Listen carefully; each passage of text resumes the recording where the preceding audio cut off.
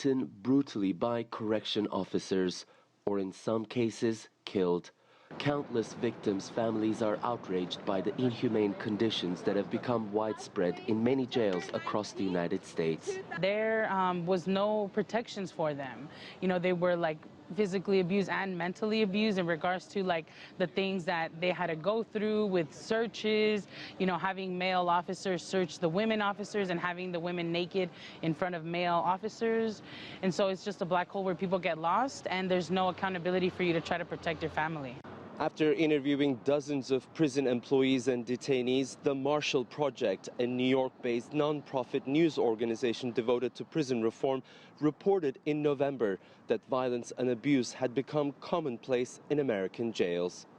The report mentions other incidents where mentally ill detainees were chained to chairs for days in the absence of available beds, and in some cases, inmates' food were tainted with bodily fluids.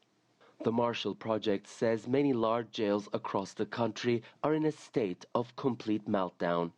The latest report comes years after a review by the Inspector General of the Homeland Security that found over 14,000 health and safety deficiencies in various detention centers inspected over the course of 3 years.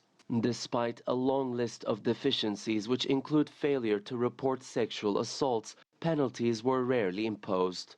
Some activists argue that any criminal justice reform should focus on decarceration.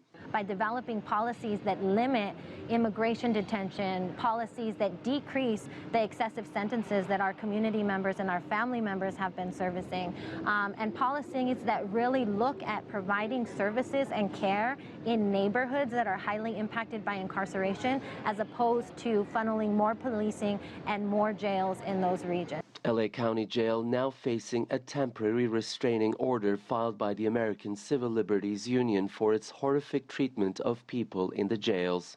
However, well documented, the Marshall Project and other experts on prison reform say inhumane conditions will likely continue in overcrowded and understaffed American jails.